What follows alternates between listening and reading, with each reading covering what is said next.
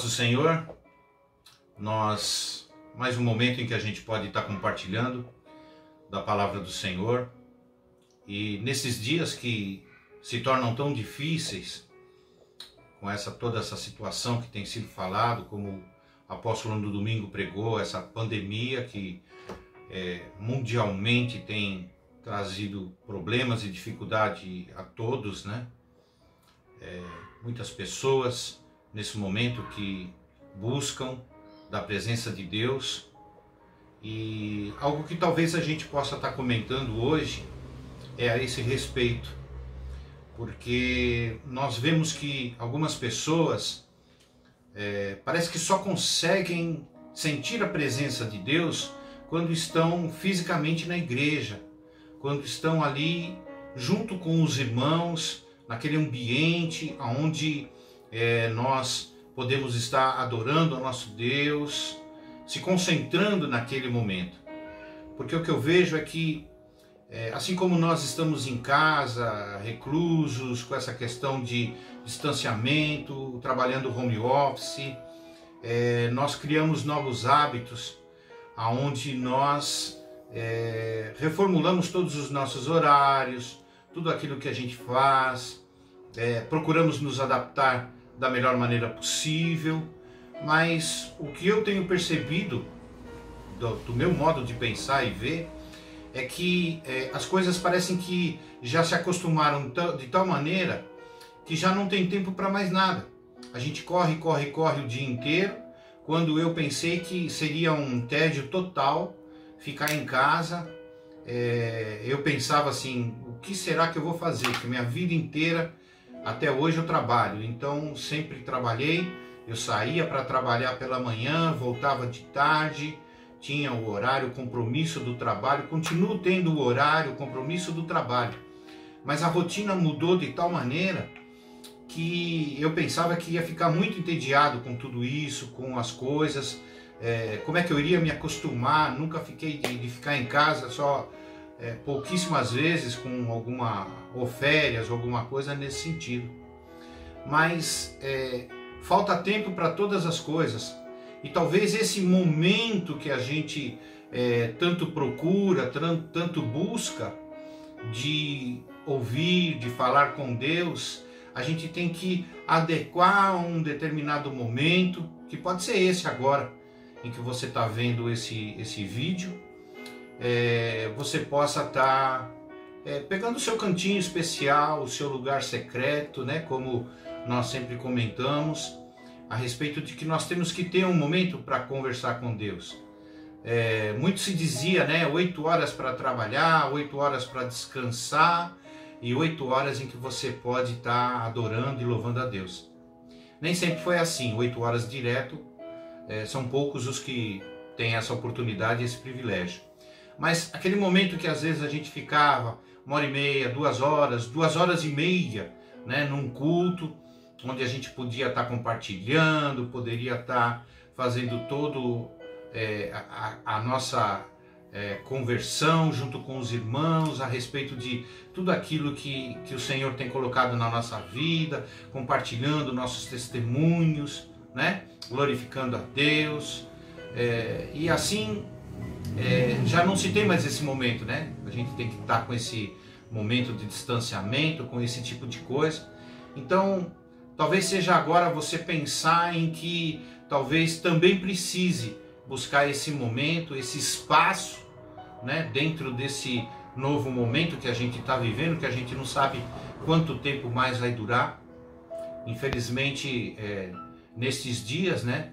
Ainda hoje os números que nos são passados são coisas assustadoras, que até então, desde o início, nós não tínhamos visto tantos números de tantas pessoas que perecem, né, com essa enfermidade. Então, mais do que nunca, a necessidade da gente poder compartilhar um pouco da palavra de Deus, porque assim, todas as coisas acontecem conforme a vontade de Deus, não é verdade? Então é Deus que tem essa vontade de que todas essas vidas estejam sendo perdidas? Não, não é isso que eu estou dizendo. Aqui é um tempo para todas as coisas, né? Nós sempre vimos um número de pessoas morrendo, outras nascendo, e assim continua a vida. Só que o que diferencia a tua vida e a minha de muitas pessoas é a questão que nós cremos em Deus. Há um texto que fala assim: entrega o teu caminho ao Senhor, confia nele e o mais ele fará. Né? Quando nós entregamos a nossa vida ao nosso Senhor Jesus Cristo, reconhecemos ele como nosso Salvador, há uma diferença. Nós vamos compartilhar com as pessoas como estamos compartilhando, né? Das mesmas situações. Estamos sujeitos a sermos contaminados, a contaminarmos pessoas com esse vírus ou com qualquer outra doença ou qualquer outra coisa. Às vezes nós podemos contaminar a pessoa com um vírus ou com uma palavra que nós dizemos e que aquilo pode feri-la de uma maneira que não em doença, mas espiritualmente ela fica doente por causa de uma palavra, né? Então, se nós tivermos a palavra de vida eterna, né, que o Senhor disse para nós que ele veio a este mundo para nos dar vida e vida com abundância, né? O Senhor é o nosso pastor, nada nos faltará. Então nós não vamos ser privados de nada. Mas a questão é que se você tem ou não essa certeza da salvação, se você tem ou não essa confiança de saber que você entregou a sua vida nas mãos do Senhor e que realmente você está nos caminhos do Senhor, que se hoje o Senhor nos chamar, a gente estará nos braços do nosso Deus, né? Isso vai muito da questão de coisas muito simples. Eu estava pensando, às vezes a gente acredita num sonho, num projeto de vida, num projeto de trabalho, aonde nós nos empenhamos, nos esforçamos e fazemos com que aquilo possa dar certo, né? Para um êxito nosso interior, para que a gente possa estar crescendo, né? E isso é muito bom para nós. Nós devemos sim sempre ter objetivos, metas, procurar alcançar lugares mais altos, né? A própria Bíblia diz isso, que a gente pode buscar, né, cada dia mais. A felicidade do justo é como a aurora perfeita, que vai brilhando mais e mais até ser dia perfeito, né? Então todo dia uma nova atitude nossa para com o Senhor, porque é um momento novo, algo que todo dia o Senhor renova a sua palavra e tem nos trazido essa confiança e essa certeza de tudo aquilo que Ele tem prometido para nós. Então, existem coisas que a gente crê, acredita, busca, não é verdade? E como muitas vezes a pessoa para de estar com esse objetivo, às vezes ela fica um pouco obscura em relação a alguns assuntos, algumas coisas. Acreditar que tudo isso que tem acontecido vai passar, nós acreditamos nisso, oramos para que isso aconteça. Mas a palavra diz que cada dia que passa, os dias vão ser mais difíceis. Nesse mundo tereis aflições, mas tende bom ânimo, eu venci e vós vencereis. Assim o Senhor fala para conosco, né? Então, se você acredita nesse projeto, nesse sonho, né? Os sonhos de Deus para a minha vida e para a tua vida continuam os mesmos. O Senhor veio a este mundo para desfazer tudo aquilo que o homem não conseguia cumprir através daquilo que o Senhor tinha colocado, né, da sua palavra, que já havia todos os testemunhos, já haviam textos, muitos exemplos, muitas situações. Ele veio a este mundo para desfazer tudo aquilo que o homem não podia cumprir. Ele veio pagar um preço para que a gente pudesse ter essa certeza e essa confiança de que nós temos a vida eterna garantida por esse sacrifício do Senhor Jesus, né? Mas muitos não creem. A gente tem falado muito desse negócio, que já há mais de um ano a gente vem passando, mas assim, ainda hoje, muitos ainda não creem. E é uma coisa tão peculiar às pessoas, às famílias, ao momento que a gente vive, que parece que tem pessoas que estão totalmente alheias ao que está acontecendo. Embora tenha sido falado, todo dia se fala, torna-se uma coisa tão repetitiva que talvez não chame a atenção das pessoas. Então, eu gostaria de colocar para vocês um texto para a gente poder exemplificar isso dentro da palavra do Senhor. Porque não é de hoje que as pessoas não creem, né? Eu estava ouvindo hoje um corinho que a Mara colocou para o Pedro na hora do almoço e falava de Jonas, né? Um corinho que fala de Jonas, né? Que Deus fala para ele tomar uma direção e ele toma outra, né? Ele desobedeceu, né? Ele desobedeceu. E muitas vezes quando nós não cremos, é um ato de desobediência nossa, né? Então Deus fala para conosco e a gente simplesmente faz que não entende aquela situação.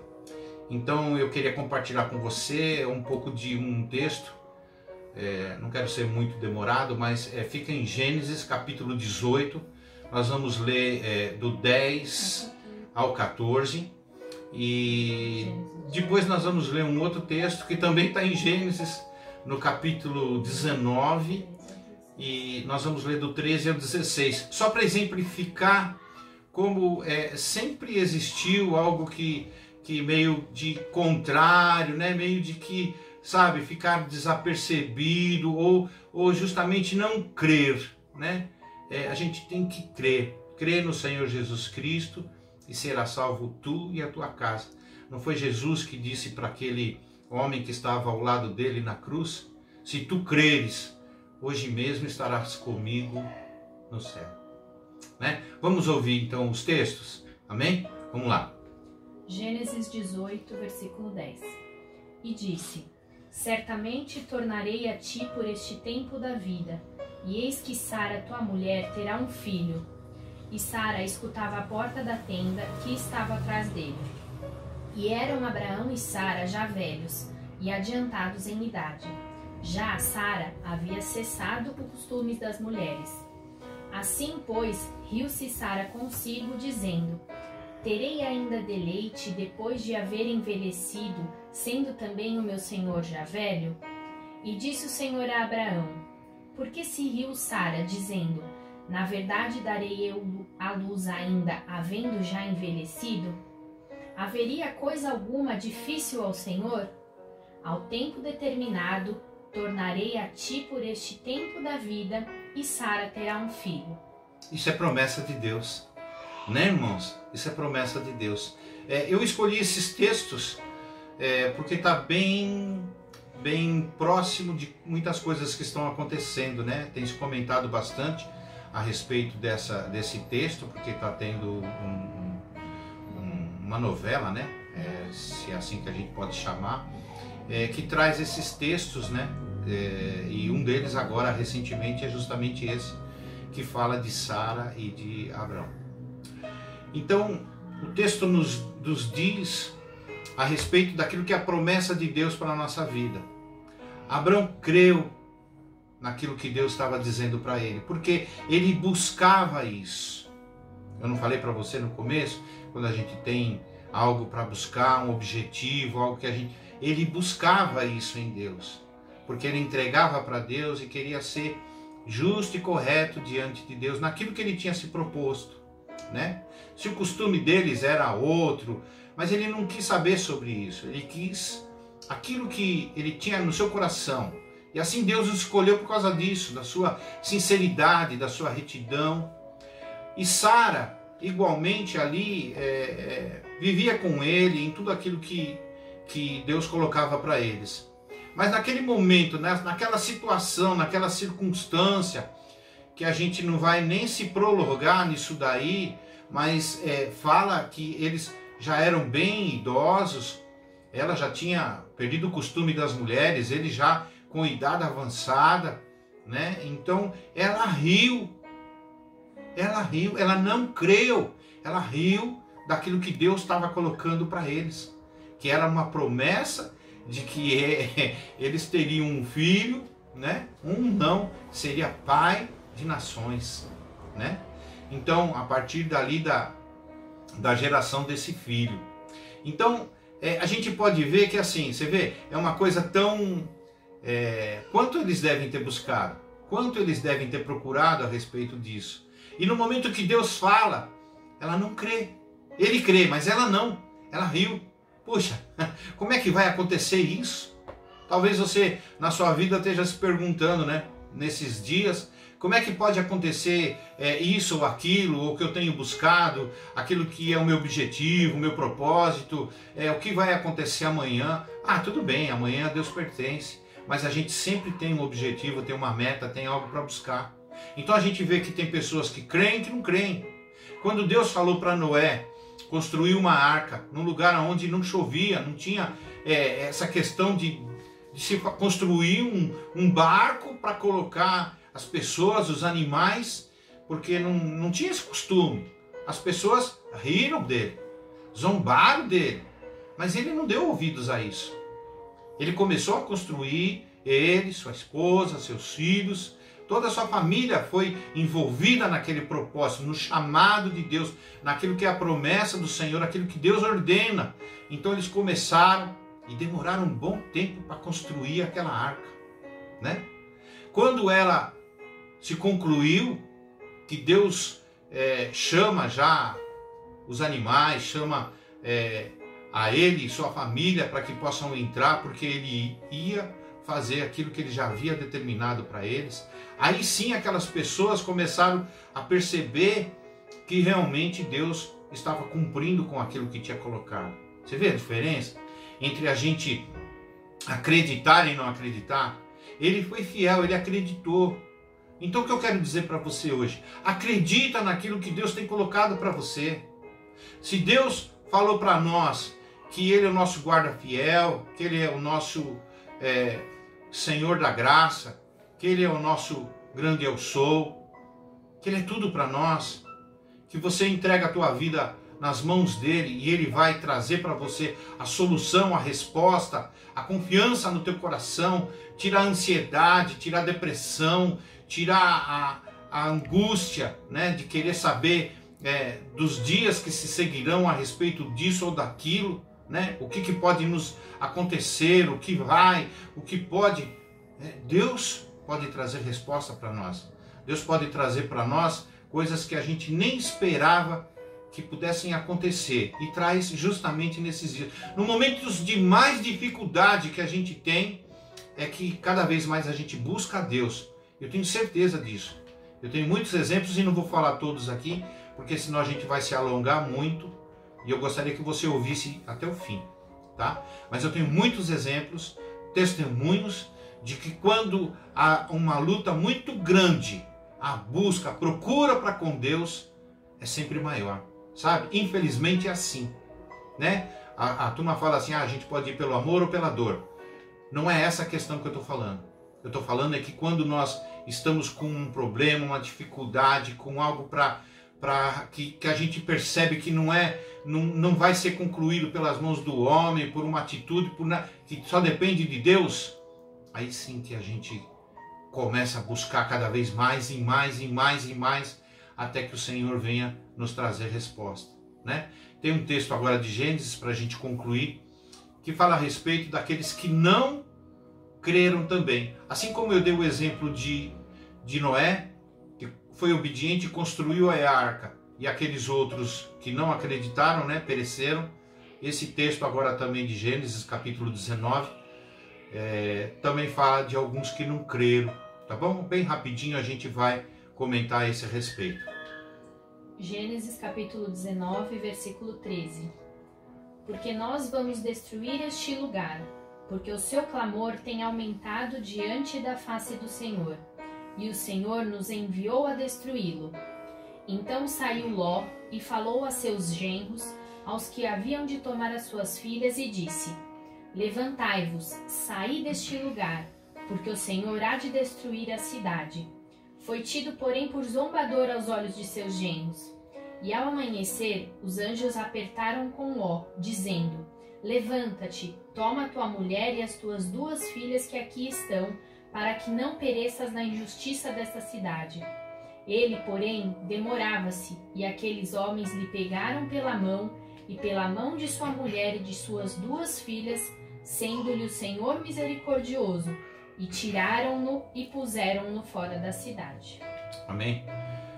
Depois você pode dar uma lida novamente e observar que no início do texto ele fala que Ló vai conversar com seus genros, aqueles que já suas filhas eram prometidas. E diz o texto que ele foi como zombador, né?